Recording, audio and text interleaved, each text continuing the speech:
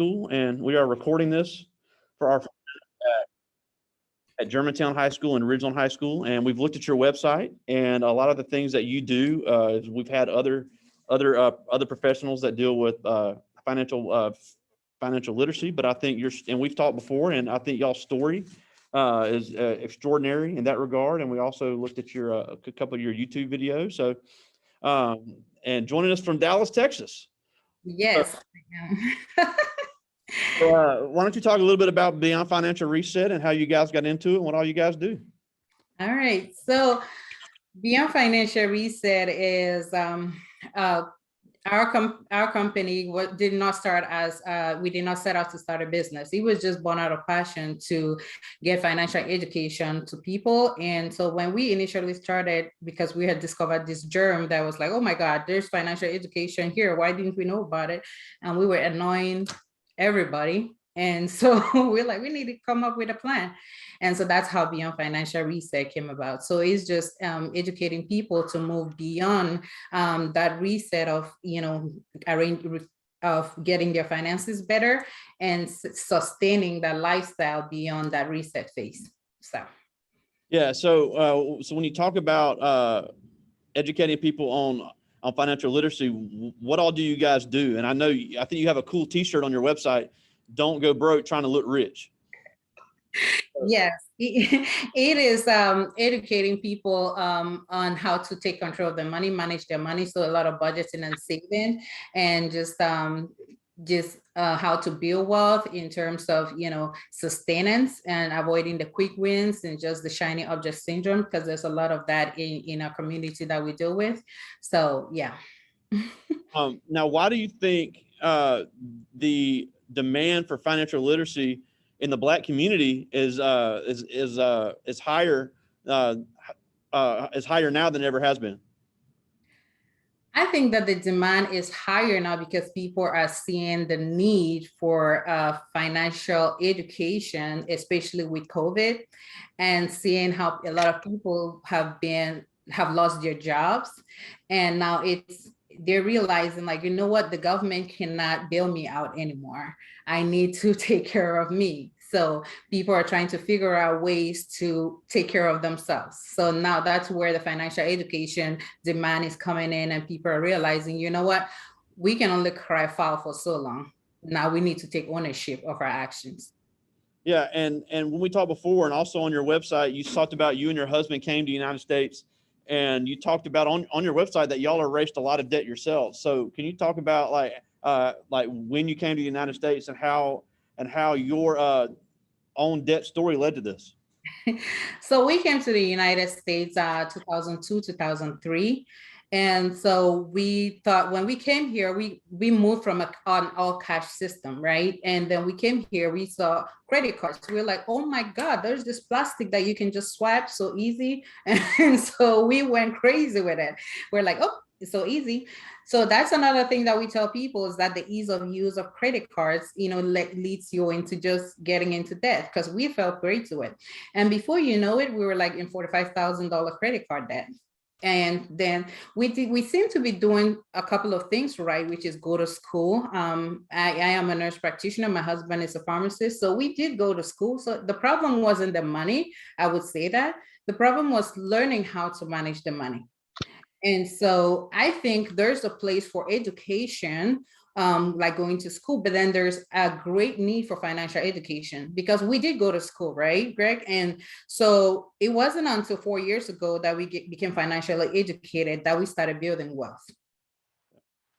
So, and so it was 4 years ago that we were about $323,000 in debt, that we were able to pay off that. Yeah, I know. Crazy, right? And that we started paying off our debt. So it took us 4 years of, I think, having that financial education. And now the income that we got from being, from going to school and stuff, to be able to use that and our financial knowledge to pay off that debt. That is awesome.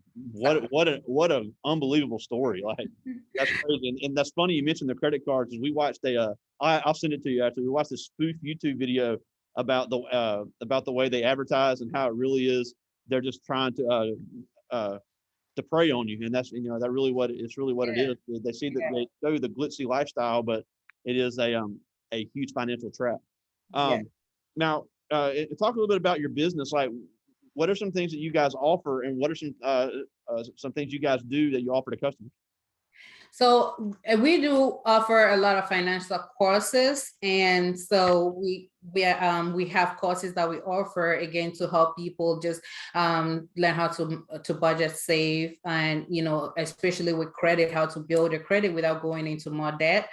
And then we have coaching that we do as well, because we did realize that a lot of managing your money, there has to be some accountability, and that is hard to do sometimes when you get so busy in our work, right? So I think coaching, I do advocate a lot for that, having an accountability partner, and coaching offers you that. So we offer coaching as well. That's incredible. Now, do you guys just focus on the individual side, or do you work with businesses as well? For now, we have couples and individuals that we work with, but we haven't had businesses, but we are open to having businesses if you will send them our way. Absolutely. Yeah. There's a lot of small businesses, I'm sure, that could use the financial education. Now, and you talked about the importance of the financial education, and I have from anywhere from 9th, 10th, 11th, and 12th graders in here with me now. And some of them take the class very seriously and they get a lot out of it, but some of them, they kind of nod off and everything. And I understand, finance isn't the most exciting thing in the world, but it could be one of the most important things in the world. So for anybody watching now, and those that are going to watch later, why is it so important right now to get that financial education background? Yeah, I know you said finance is one of the most important things. I would say next to oxygen, it's pretty important, because I always tell people, before during my session, I said, just look around you and grab something and tell me if it's related to money, right? Like it probably is. So there's no escaping the need for learning how to manage your money, because we need money for pretty much everything. And so if you do not learn how to take control of your money, you're not going to be able to, go to college. For example, you want to go to college. How are you going to go to college? What scholarships are you going to get? If you leave college and you want to go get a job and your credit is messed up because you don't have the financial education, are you aware that you cannot get the job that you want because you messed up your credit, right? So it's just linked to everything that we do in life. So there's being financially educated sets you up for life. And so I would encourage people and that's why I think that what you're doing is really awesome, Greg, because it's very important. Not a lot of schools offer that, but it's very important for kids to have that and merge it with the money that they're going to make, so that they can be able to, again, build wealth and live the life that they want post, college or whatever they want to do after that. Yeah, and I think a common mistake that a lot of teenagers fall into is they see the rap videos and think that that's real life on the way money is actually spent. But and then with the same breath, and I've seen kids. I've been teaching 9 years. I've seen kids. They say, "I want to do this. I want to do this. I want to do this," but they have no plan on how to financially make it happen. It's hard enough. I'm the first person to say it is hard enough to be Black in America. To be Black in America and not know how to manage your money is even worse. Yeah. And like you said, unfortunately, a lot of the Black community, they propagate this lifestyle of it's luxury. You have to wear your wealth on you, right? Like wealth is one. But then when you dig deeper, I tell people, don't look at the picture. There's more to that picture. A lot of them rent out this stuff to come show to their viewers so that they can get the following and the likes. So again, it is not looking at that. It's being financially educated enough to know when they are selling you stuff to avoid those adverts, because every picture is put in front of you intentionally to get you to buy something, right? Sales is the most mental game in the world. Right. But I do have some really good questions I want to get to, and these are all, they all just came up with these as they were watching, so these are some really good ones. Okay. This is Brandon Lemon, and he's a senior, and he asked, what is the most common way that you've seen people go into debt? Living above their means. There you go. Yes, that's the most common way. Now, can you, for some of the ones that may be unfamiliar with what that is, can you give an example of that? Okay, so it's people living like you making 200, or you have a high schooler, so they probably give you pocket money, or you know, maybe you have a part-time job and you're making $1,000 a month, but then you're spending 1,200 a month, and you keep spending that, and then you need $200 from your credit card to augment your lifestyle. For long, you have more debt that is occurring because your lifestyle supersedes the income that you're bringing in. So that's the most common way I've seen people go into debt. Well, yeah, and I think that's a common tale, not just in the country, but across the world. This is Anastasia Brown, and she's a junior, and she asked, what are the main challenges you feel you still face being in the position you're in? I think the main challenge is staying committed. Like I said, it's that accountability that I need. Because just the other day, our budget, we hadn't, because we try to do our budget and check on it in the middle of the month, right? And we didn't do that. And we realized that we overspent.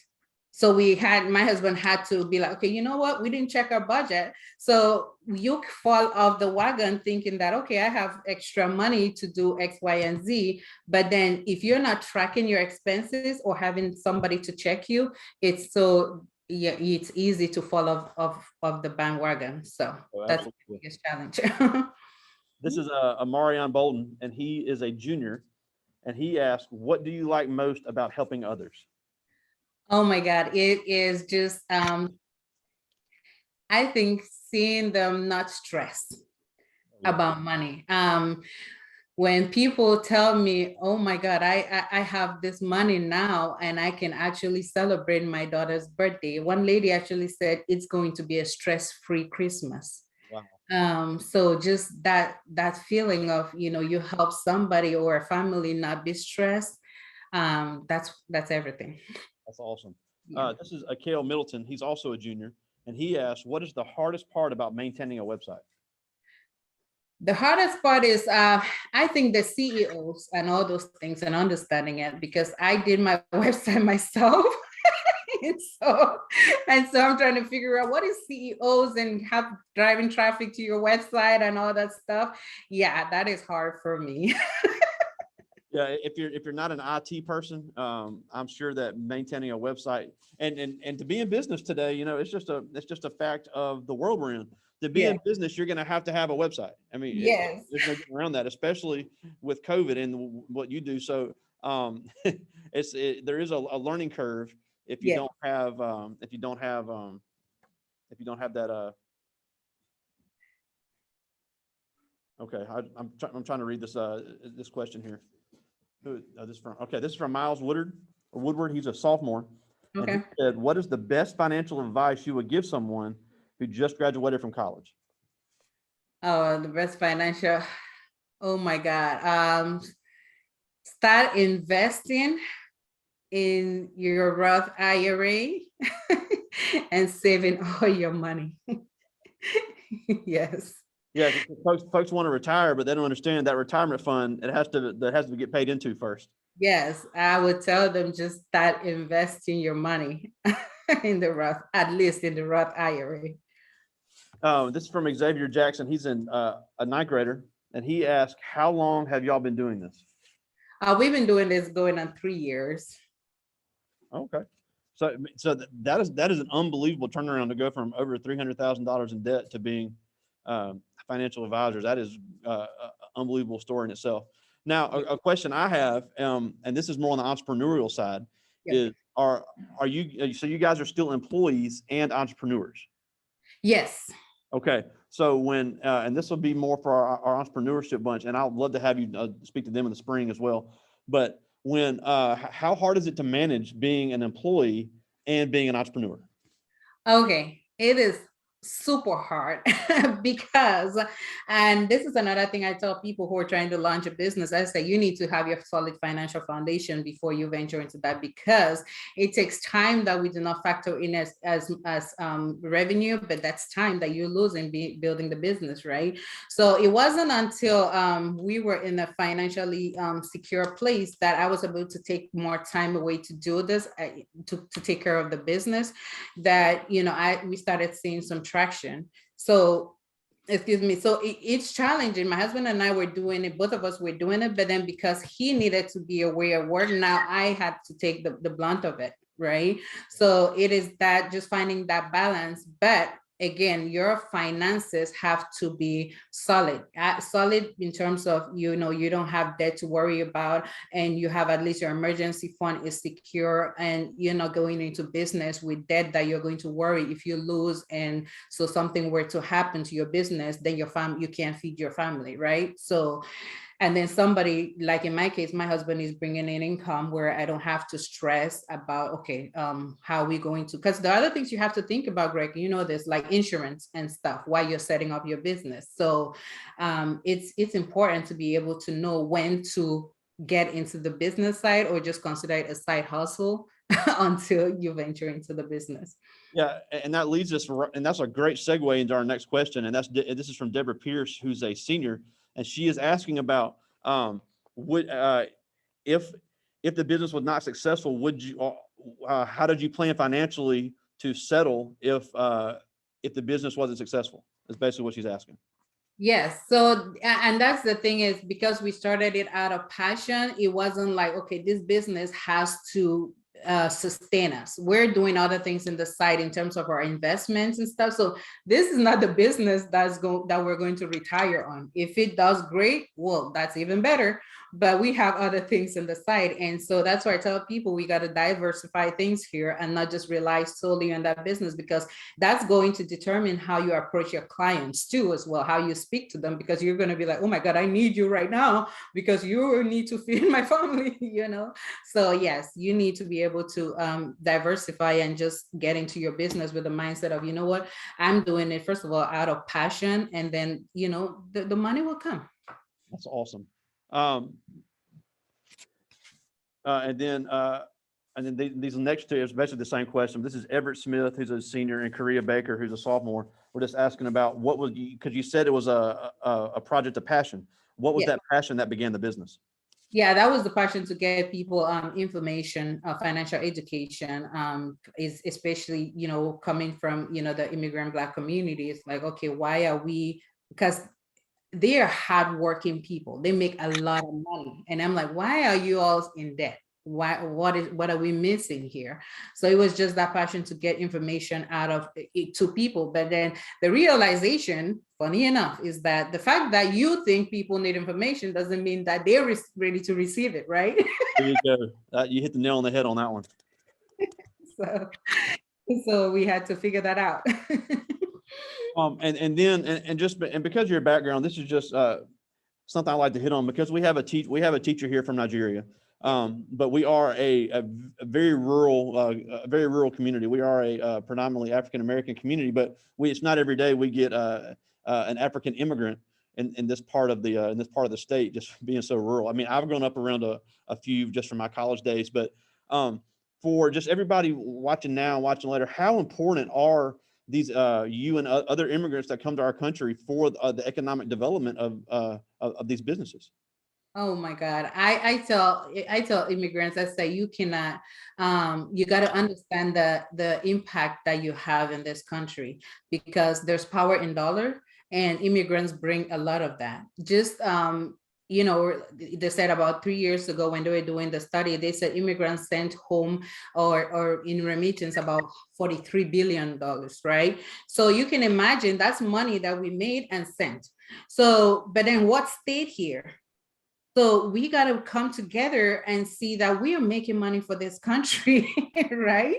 And so when you actually realize that you have power, and then you start moving you start moving different, and you know your worth, and just the way that you manage your money, and you start demanding things, people are going to respect you more.